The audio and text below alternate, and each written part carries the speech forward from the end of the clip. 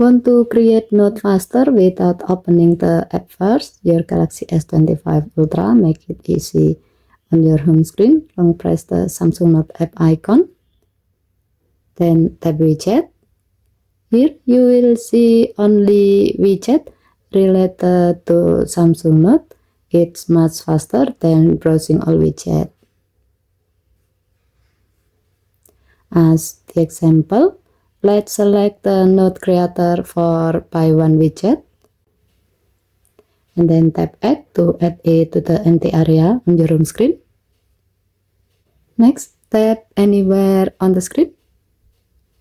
Now, anytime you want to jot down something, just tap the Create New Note icon from the widget.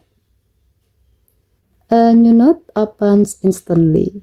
So, if you are in a meeting or have a sudden idea, you don't have to open the app. Just tap the widget and start typing.